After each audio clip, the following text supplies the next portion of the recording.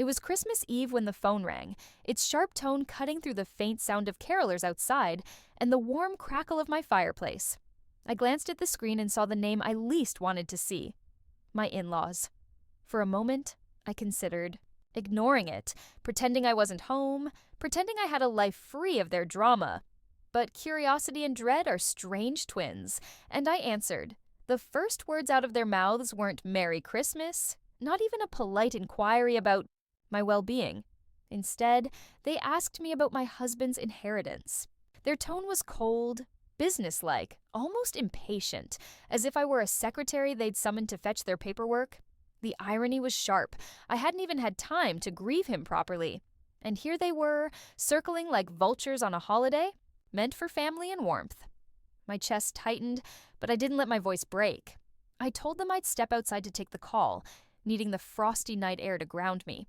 As I slipped into my coat and pushed open the door, the bitter wind kissed my cheeks, and the glow of the Christmas lights from neighboring houses danced on the snow. That's when I saw him.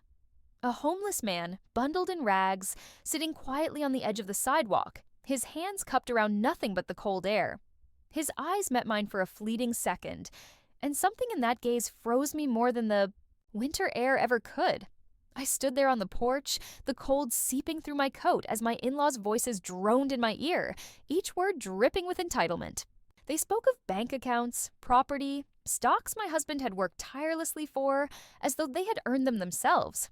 I could hear glasses clinking in the background, their Christmas party in full swing, laughter echoing while they tried to strip away what little I had left of him.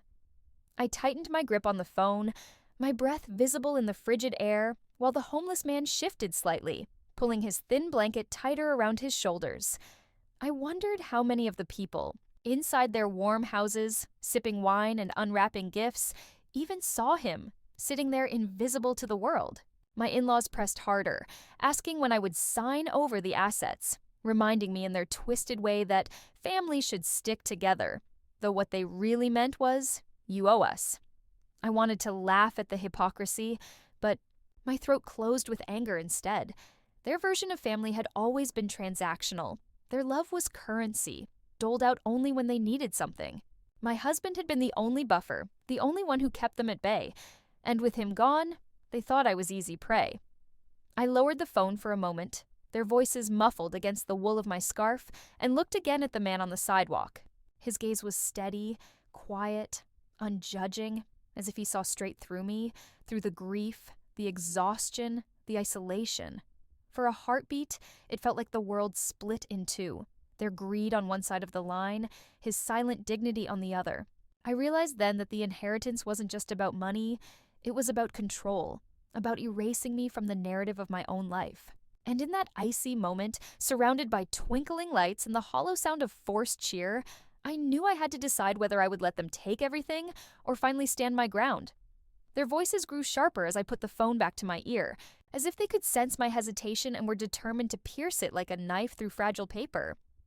"You don't even understand how to manage that kind of money," my mother-in-law sneered, her voice dripping with contempt. "It should go to people who know what to do with it, people who can honor his legacy." I almost laughed at the absurdity of her words. Honor his legacy? My husband had worked himself to the bone precisely to escape the clutches of that toxic family. He had poured his heart into building a life with me, far away from their manipulation, their endless schemes, their hollow wealth paraded like a badge of superiority. The inheritance was never meant to fall back into their greedy hands.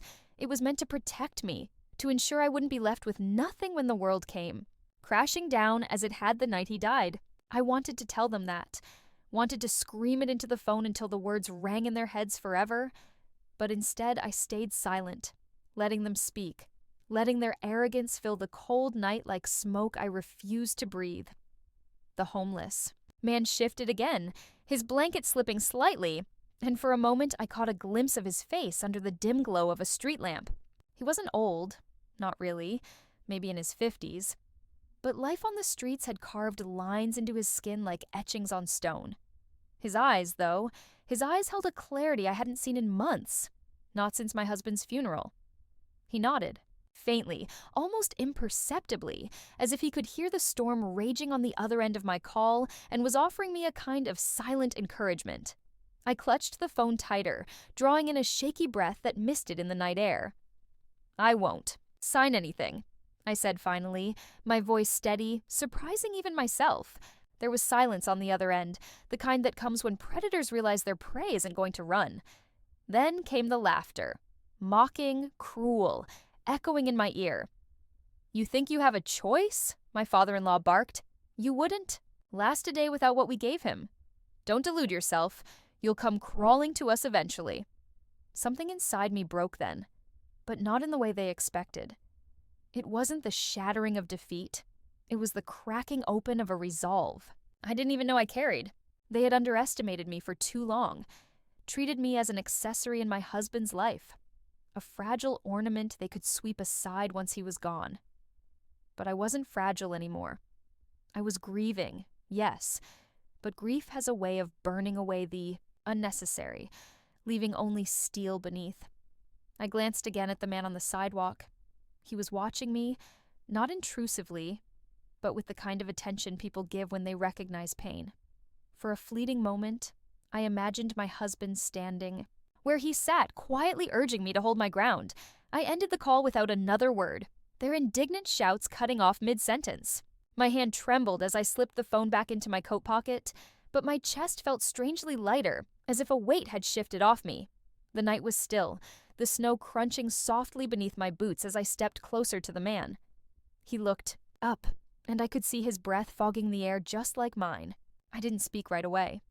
For once, silence felt stronger than words. When I finally found my voice, it wasn't shaky. It was certain. "They think they can take everything from me," I murmured, half to him, half to myself.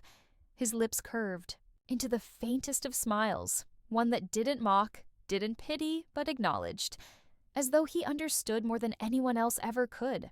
And in that moment, on a Christmas Eve laced with both grief and revelation, I realized my fight wasn't just about inheritance or money. It was about reclaiming the power they had tried to strip from me for years, about stepping into a life where I was no longer the silent bystander. And somehow, under the twinkling lights and the quiet gaze of a stranger, I felt the first spark of strength returning to me. I stood there on the icy steps long after the call had ended, the sound of their entitled voices still ringing in my ears like a poisoned echo I couldn't shake.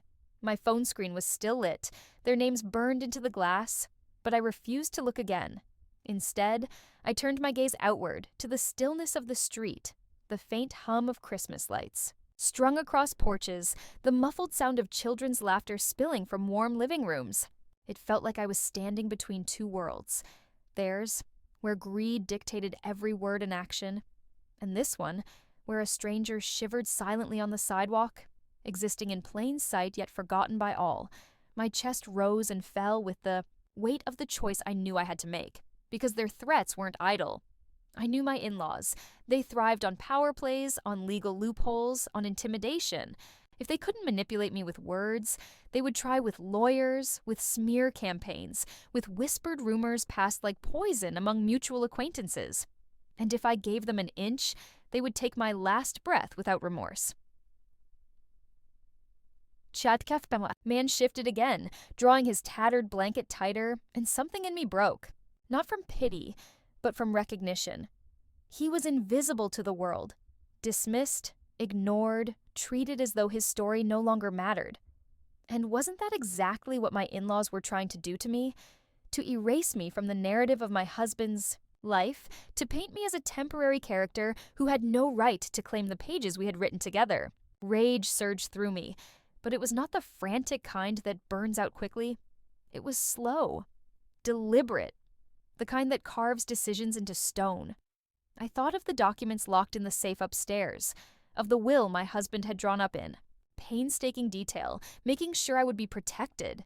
He had foreseen this storm, even if I hadn't, and now it was my turn to honor his legacy. Not by surrendering it to them, but by fighting for it with every ounce of resolve I had left. Sat down on the cold step, ignoring the sting of the icy concrete, and for the first time in months, I let myself breathe deeply. The man's eyes flicked toward me again, and I found myself speaking, my words clouding into the air between us. "They think I'll break," I whispered, almost to myself. "They think I'll give them what they want because it's easier than standing alone." He said nothing, but the silence was not empty. It was affirming, a quiet agreement that I wasn't as invisible as they wanted me to be.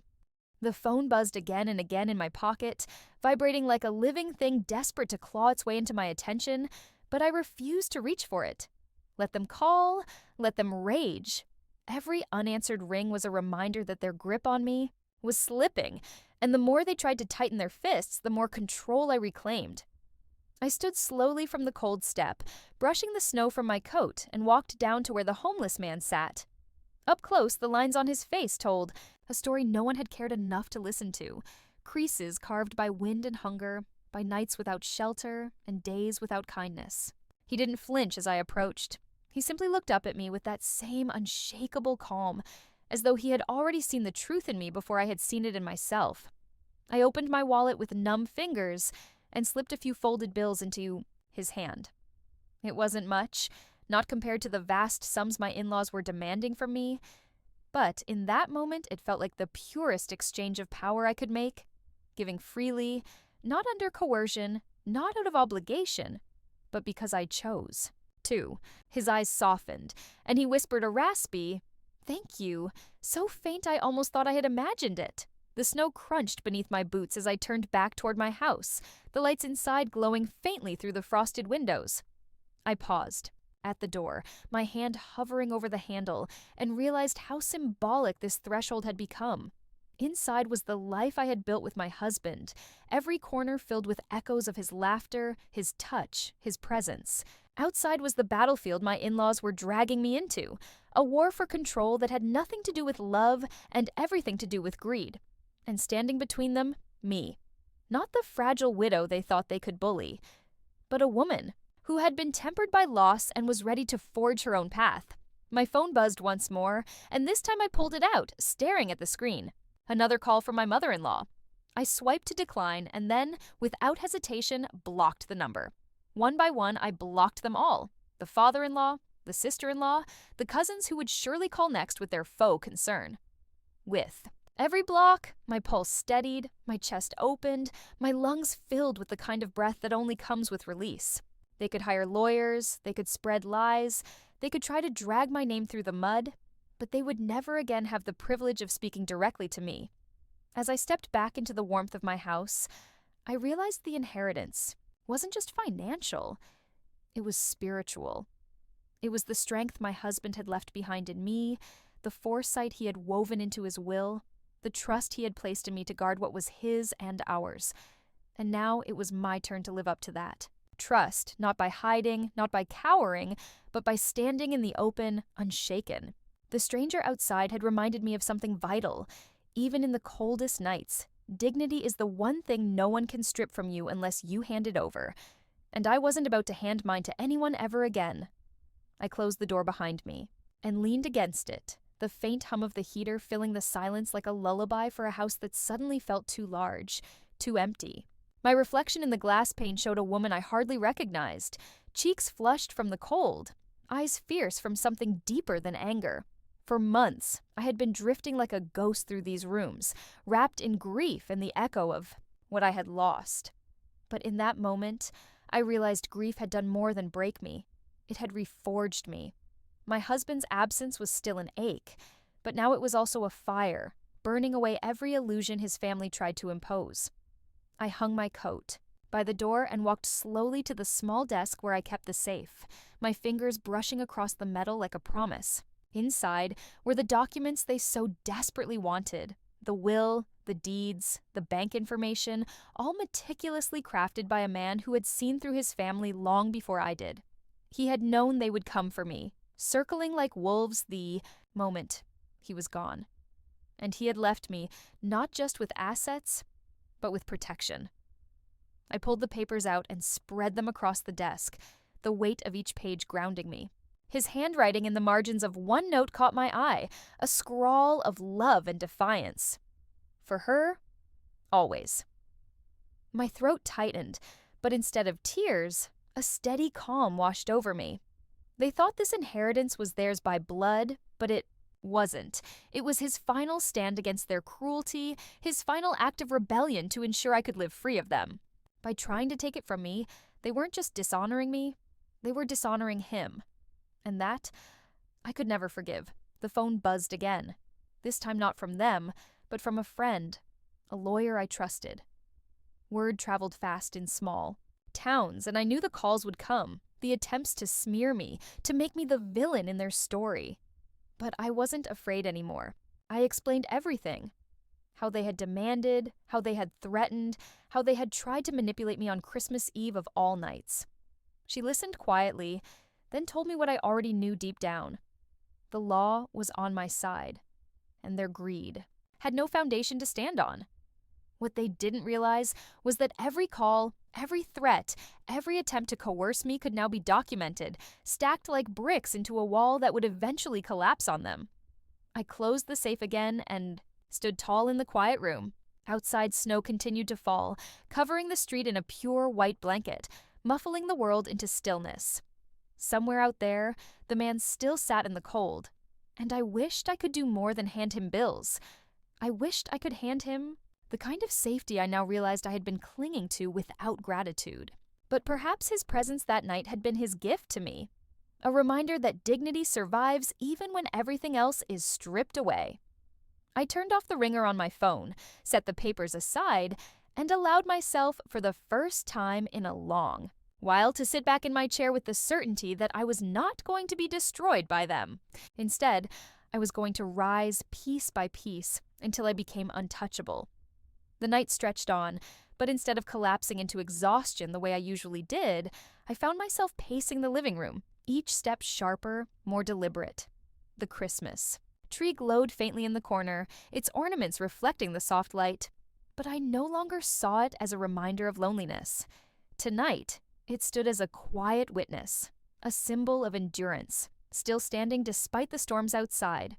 I poured myself a glass of water and sat down on the couch, replaying the words my in-laws had thrown at me, each insult, each attempt at manipulation. They thought they had cornered me, but what they didn't realize was that grief had already stripped me of fear. What more could they take from me? They had already taken the man I loved, though not by choice, and in that void I had learned something. When you have nothing left to lose, you become dangerous in ways they cannot comprehend. Thought back to the first time I met his family, years ago. They had looked me up and down, sizing me like an ill-fitting coat, whispering under their breath about how he could have done better. Better to them meant richer, more connected, someone who would fall in line with their plans. But he had chosen me, and that had always been my shield against their disdain. Now that he was gone, they thought that shield had vanished too. What they failed to understand was that his choice had planted something deeper. Roots of defiance, of resilience, of belief in my worth. And those roots had been watered by every cutting remark, every cold glance, every calculated attempt to exclude me. They had unknowingly made me stronger, forged me into someone who would never again bow to their demands. My phone buzzed with a text, and I braced myself before looking. It was exactly what I expected, a long, venomous message from my sister-in-law, dripping with fake sympathy and barely veiled threats. We all know you can't manage things on your own. Don't embarrass yourself by clinging to something that doesn't belong to you. Hand it over and we can still treat you like family. I stared at the screen, a bitter laugh escaping my lips. Family? They had never treated me like family. Family doesn't circle like predators when you're grieving. Family doesn't wait for Christmas Eve to strike at your weakest moment. No, they had shown me exactly what they were and what they weren't. I deleted the message without replying and opened a new file on my computer, typing out every detail of the calls, the threats, the times they had tried to intimidate me. This would be my record, my shield, my evidence. If they wanted a battle, I would not just defend myself. I would make sure every step they took was a misstep that brought them closer to exposing their own greed. The house was quiet, but for the first time since he had passed, the silence felt like an ally rather than an enemy. I leaned back in my chair, my fingers still hovering over the keyboard, and let out a slow, steady breath. Outside, the snow kept falling, erasing footprints, softening sharp edges, covering everything in a deceptive calm. But I knew better. The storm wasn't over. It was only beginning. And this time, I wasn't the one who would be left out in the cold.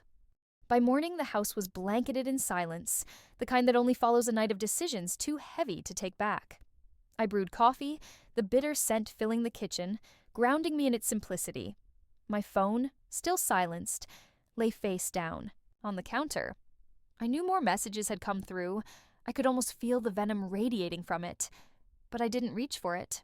Instead, I spread the documents back out on the table and reread every line, every clause, every signature. My husband had left nothing to chance.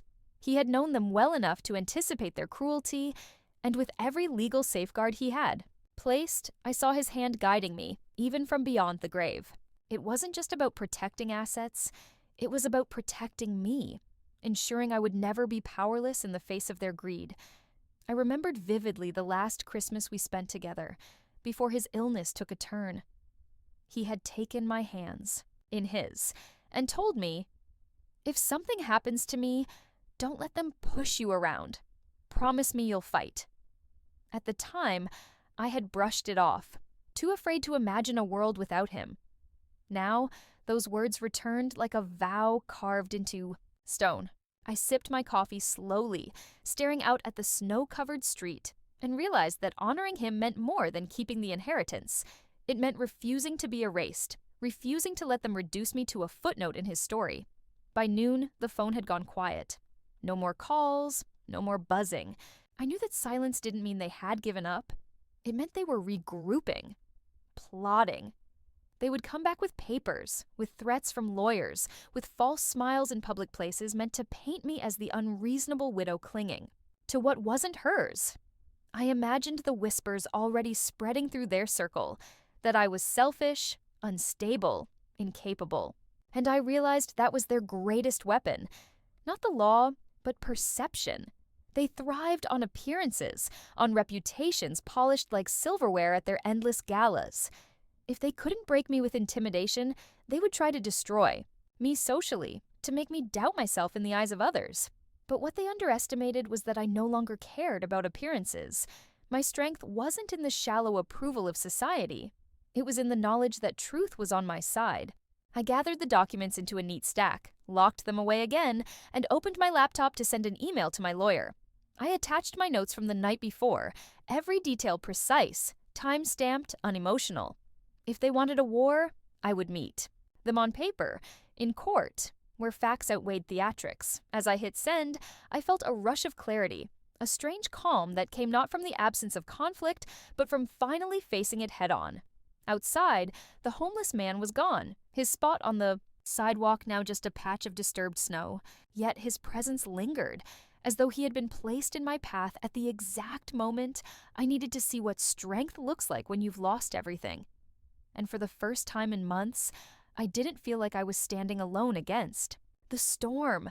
I felt like I had already stepped into its center and found I wasn't afraid of the wind anymore.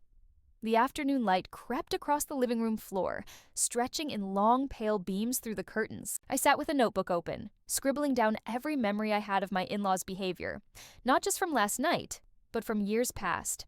The sharp comments they had made at family dinners, the financial manipulation they had pulled on my husband, the way they treated generosity as obligation and kindness as debt.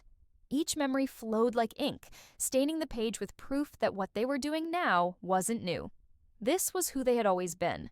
The only difference was that I no longer had him as my shield. Now it was me standing alone. But the more I wrote, the more I realized I wasn't recording weakness. I was gathering ammunition. Every cruel word, every attempt to belittle me, every false smile layered over malice, it was all evidence of a pattern, and I would not let it disappear in silence. By evening, I lit the fireplace, the warmth curling through the room as the storm outside thickened. My phone lit up on the table, this time with an email notification. I opened it cautiously, half expecting another attack, but instead it was my lawyer responding. Her words were clear, direct, empowering. They have no legal standing. Do not respond to their intimidation. I'll prepare documents to shield you. Further, and if they pursue litigation, we'll counter immediately. My chest loosened as I read the message over and over, absorbing its steadiness like medicine. I wasn't crazy. I wasn't imagining their cruelty. And most importantly, I wasn't defenseless. Still, a part of me knew this wouldn't end quickly. People like my in-laws didn't retreat with dignity. They escalated until the last possible moment. I could already imagine their next move. Showing up at my door with crocodile tears, trying to twist neighbors into their allies, painting me as the cold widow hoarding wealth. But I had prepared for that possibility too. I wasn't going to yell. I wasn't going to cry. I would simply hold up the truth like a mirror and let their own reflection destroy them. I sat back on the couch, the crackle of the fire mixing, with the soft hum of Christmas music drifting from a neighbor's house. For the first time since my husband's death, I let myself smile. Not because the pain was gone. It wasn't. But because the fear was. They had mistaken grief for weakness, silence for surrender, kindness for compliance.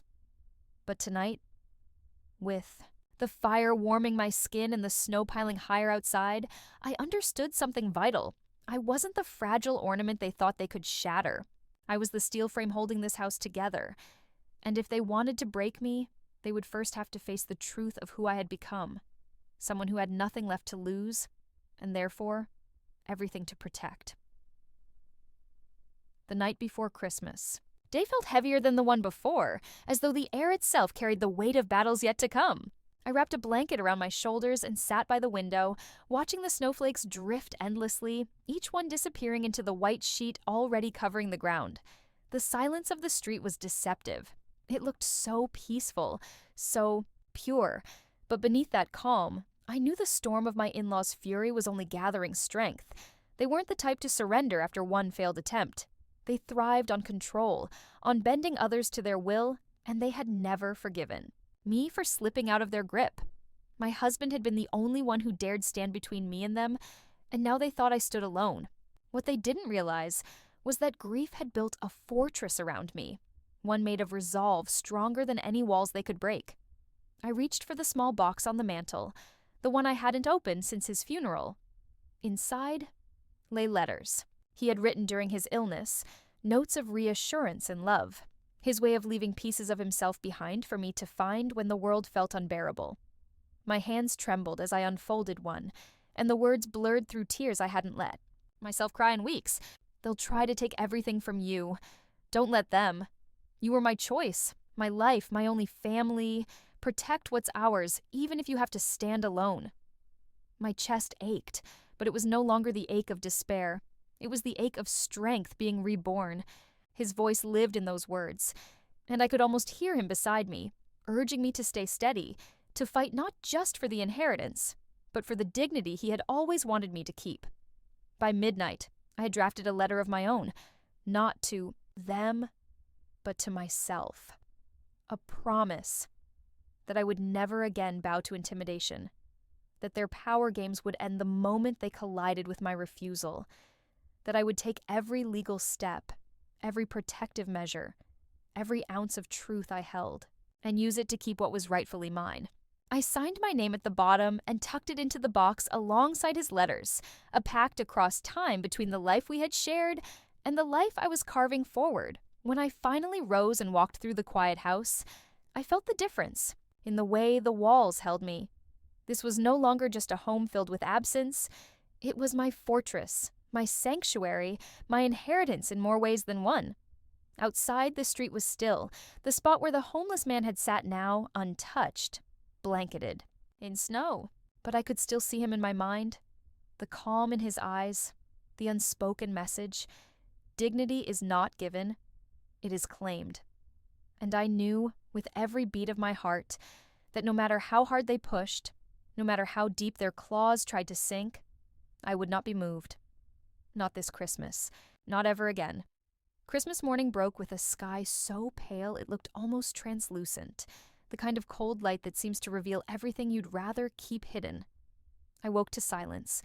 No messages, no calls, no pounding on the door, and for a fleeting moment, I allowed myself to hope they had finally let go. But I knew better. With people like my in-laws, silence wasn't surrender. It was strategy. They were regrouping, waiting for the right moment to strike again, perhaps with lawyers this time, or a carefully staged performance of grieving parents meant to sway public opinion. I made coffee, the sharp aroma filling the kitchen, and stood at the counter staring at the steam rising from the cup. Grief used to paralyze me in moments like this, but now it hardened into resolve. They weren't going to steal another ounce of my peace. I sat at the desk, the documents laid out once again like soldiers on the battlefield. The will was airtight, every clause shielded, every asset accounted for. They had no legal ground, only manipulation, only the poisonous illusion of power they had thrived on all their lives. My husband had anticipated this exact war, and I could almost hear his voice, calm and certain. They can't take what's yours unless you hand it over. The truth was, they had underestimated me. They thought I would be broken by loneliness, weakened by loss, desperate for any shred of connection, even if it came poisoned by their cruelty.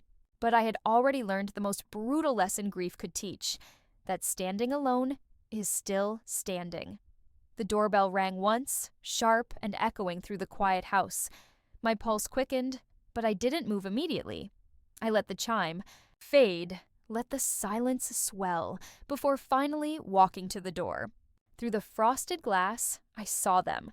My in-laws, bundled in expensive coats, faces arranged into expressions of solemn grief that I knew were as false as the smiles they'd forced at my wedding. My stomach tightened, but I felt no fear. Not anymore. I opened the door just wide enough to meet their eyes, and in that narrow space I saw everything. Their expectation that I would crumble, their certainty that I would invite them in, their assumption that I was still the girl they had, once dismissed. But I wasn't her anymore. "We need to talk," my mother-in-law said, her tone carrying the sharp edge of command disguised as concern. My father-in-law hovered behind her, jaw tight, eyes scanning the house as though it already belonged to him. For a moment, I imagined what they wanted, to sweep in, take control, empty drawers, sign papers, erase me as if I were nothing but a temporary placeholder. And for the first time, instead of shrinking under their gaze, I smiled. A small, steady smile that carried the weight of everything I had survived. "No," I said simply, my voice calm as the falling snow. "We don't." And then I closed the door. Their muffled protests echoed faintly through the wood, but I leaned against it, unshaken, listening until the sound of their voices faded into the distance. I knew they'd be back, that they'd try again. Harder, louder, more vicious. But I also knew this. They no longer had the power to enter my home, my mind, or my life without my permission. This house, this inheritance, this dignity, it was mine to guard. And I was ready, finally, to guard it with everything I had. The knock didn't come again, but I could feel them lingering outside, their silhouettes pacing in the snow, their whispers too muffled to catch but heavy with resentment. I stayed still, my back pressed to the door, every breath steady and deliberate, reminding myself that I was not powerless. Let them knock. Let them wait. I wasn't opening that door again. Not today. Not ever.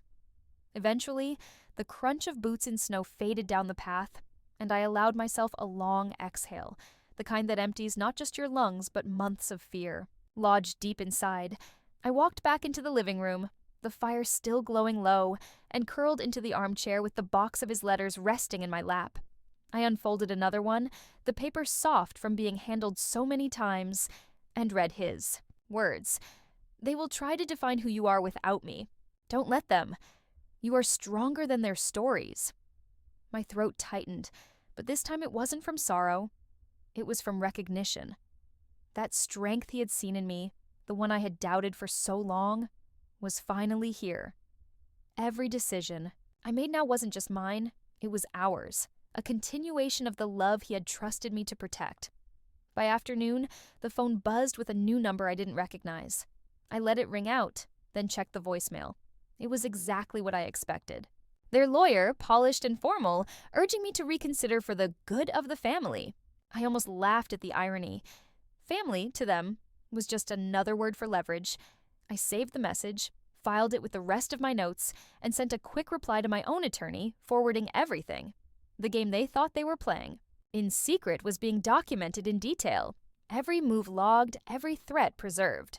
They thought they were tightening a net around me, but really, they were weaving the rope that would eventually hang their credibility. As dusk settled, I pulled the curtains back and looked out into the street. The snow had buried every trace of their footprints, the sidewalk pristine again, as though they had never come. It struck me then how quickly even the deepest marks can vanish, how easily silence can cover the noise of cruelty. But inside me, nothing had vanished. I remembered every word, every insult, every attempt to erase me, and I knew I would carry those memories forward not as scars, but as proof of survival. I closed the curtains, fed another log to the fire, and let the warmth fill the room. Tomorrow the fight would continue. Letters, lawyers, maybe more visits. But tonight, in this house that was mine, I felt untouchable. Their inheritance was money, power, control. Mine was resilience, clarity, dignity. And between the two, I knew which one could never be taken, no matter how many doors they knocked on in the cold. The days that followed blurred into a rhythm of silence broken only by the occasional thud of mail slipping through the slot. Envelopes thick with their demands, words printed in cold black ink that tried to masquerade as authority. I opened each one carefully, not out of fear, but out of necessity, scanning for threats, cataloging every falsehood, every manipulation. Each letter was more desperate than the last, the tone swinging wildly between polished civility and venomous blame.